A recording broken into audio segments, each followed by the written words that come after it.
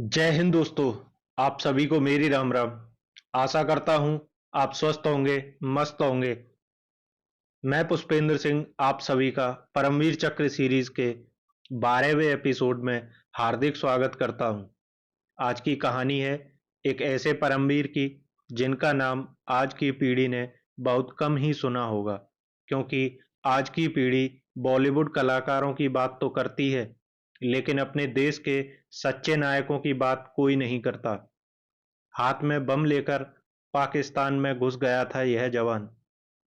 तबाह किए पाकिस्तानी सेना के 3 बंकर। लांस नायक एल्बर्ट एक्का।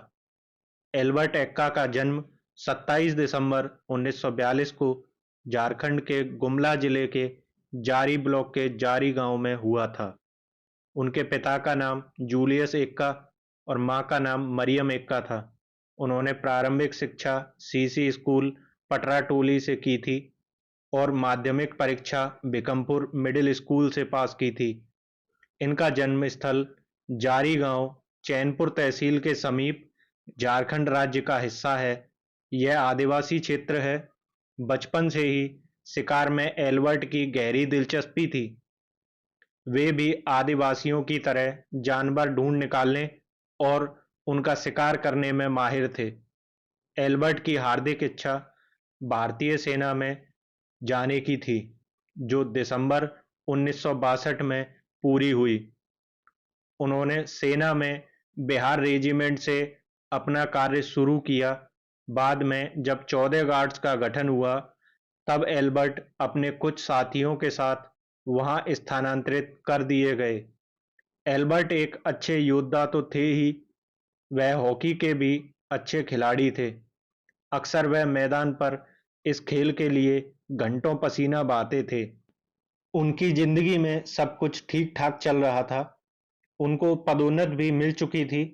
1971 के भारत पाकिस्तान युद्ध के पहले वह लांस नायक के पद पर पहुंच गए। 1971 की जंग के दौरान 3 दिसंबर 1971 को एक्का की बटालियन को पूर्वी पाकिस्तान में गंगा सागर के पाकिस्तानी गढ़ पर कब्जा करने का आदेश दिया गया। अल्फा और ब्रावो कंपनी को गंगा सागर रेलवे स्टेशन पर हमला करने का आदेश मिला था। इस स्टेशन को दुश्मन ने किले में तब्दील कर दिया था। चारों तरफ बंकर बना दिए थे। चार्ली कंपनी को डायवर्जन बनाने का काम दिया गया और डेल्टा कंपनी को वाहिनी मुख्यालय में ही रोका गया था। सुबह 2 बजे अल्फा और ब्रावो कंपनी ने दुश्मन के क्षेत्र की तरफ बढ़ना शुरू किया। आसपास दलदली क्षेत्र था। इस कारण जवानों को आदेश दिया गया कि रेलवे लाइन के साथ एक ही पंक्ति में चलते रहें। योजनानुसार अल्फा कंपनी रेलवे ट्रैक के दाईं ओर और ब्रावो कंपनी ट्रैक के बाईं ओर हल्के हल्के कदमों से आगे बढ़ रहे थे। सभी को दुश्मन को देखते ही हमला करने का आदेश दिया गया था। दोनों कंपनियां धीरे धीरे आगे बढ़ रही थीं। इसी दौरान एक जवान का पैर तार पर पड़ा और पटाखे फूटने लगे। इस कारण आसपास उजाला हो गया और ऊपर खड़े दोनों जवान दिख गए। दुश्मन के बंकर से थोड़ी दूरी पर ही एक्का खड़े हुए थे। दुश्मन के बंकर के बाहर संतरी खड़ा हुआ था। पटाखों के शोर और उजाले से चौंकते हुए संतरी ने चिल्लाते हुए पूछा, कौन है वहां? एक्का ने जवाब दिया, तेरा बाप, और बहुत ही तत्परता के साथ संतरी के सीने में संगीन घुसा दी। जल्द ही पहले बंकर पर कब्जा कर लिया गया। एक्का के हाथ में गोली भी लगी। पहले बंकर में एक एलएमजी, एक आरसीएल गन और दुश्मन के 4 जवान थे। पाकिस्तानियों ने हलचल को देखकर वहां रोशनी कर दी। उसके बाद जैसे कहर ही टूटने लगा। दोनों कंपनियों पर गोलियों की बौछार होने लगी। रेलवे स्टेशन के पीछे की तरफ एक तालाब था, जिसके चारों तरफ बांध बना हुआ था। दुश्मन द्वारा पूरे इलाके को अपनी छावनी में तब्दील कर दिया गया था। चारों तरफ बंकर ही बंकर। दोनों कंपनियों ने अलग होकर आगे बढ़ने का फैसला किया। एक बंकर से दूसरे बंकर दुश्मनों को मारते हुए उन पर कब्जा करते जा रहे थे। हाथों में गोली लगी होने के बावजूद एक्का निडर आगे बढ़ते जा रहे थे। इसी दौरान एक गोली उनकी गर्दन में आकर लगी। एक्का नीचे गिर गए और खुद को संभालते हुए पुनः खड़े होकर आगे बढ़ने लगे। बाकी जवान रेलवे सिग्नल बिल्डिंग के नजदीक पहुंच गए थे। उन पर एमएमजी से गोलियों की बौछार हो रही थी।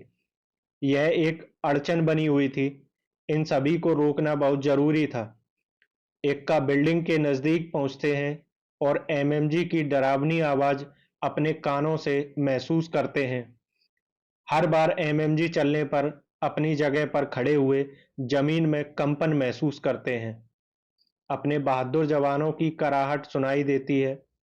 एमएमजी की लंबी दूरी तक मार करने की क्षमता तथा सटीकता के सामने जवान बेबस दिखाई देते हैं। उन्हें ज्ञात है कि हमारी राइफल का मुकाबला इन मशीन गनों से नहीं हो सकता। अगर विजयी होना है तो इनको शांत करना होगा। राइफल को पीठ पर टांगते हुए एक्का अपनी बेल्ट से ग्रेनेड निकालते हैं और पिन निकालकर दीवार के छेद से ग्रेनेड को बिल्डिंग में फेंक देते हैं। अंदर के सैनिक कुछ समझ पाते इससे पहले ग्रेनेड फट जाता है और दुश्मन सैनिक धमाके के असर से दीवार में टकराकर वहीं ढेर हो जाता है।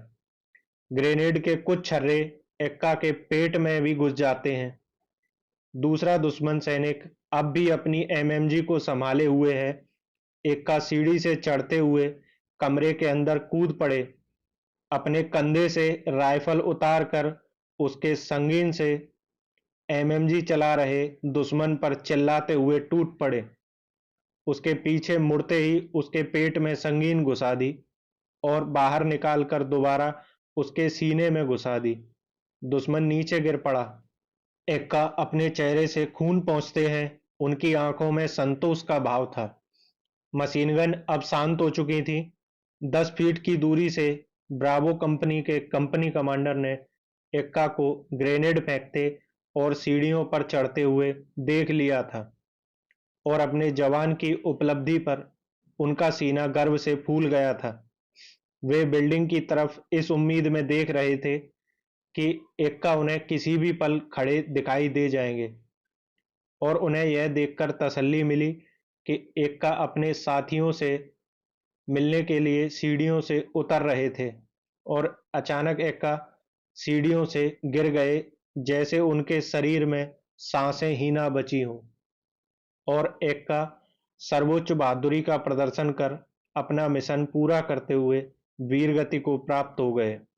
गंगा सागर की लड़ाई में 11 सिपाही शहीद हुए जबकि एक अफसर, 3 जेसीओ और 55 अन्य सिपाही गंभीर रूप से घायल हुए।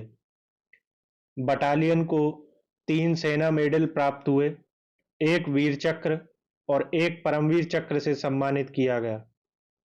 कई अन्य जवानों की बहादुरी भी गंगा सागर की इस लड़ाई का आकर्षण रही। इस युद्ध के परिणाम स्वरूप विश्व के मानचित्र में बांग्लादेश नाम का नया देश बना। एल्बर्ट एक्का को मरणोपरांत सेना के सर्वोच्च सम्मान परमवीर चक्र से सम्मानित किया गया। वहीं बांग्लादेश ने एक्का को friends of liberation war honour से सम्मानित किया। रांची में उनके नाम पर एक राजमार्ग भी बना है। मैं जली हुई राख नहीं अमरदीप हूँ, जो मिट गया वतन पर मैं वो शहीद हूँ। जय हिंद, जय भारत।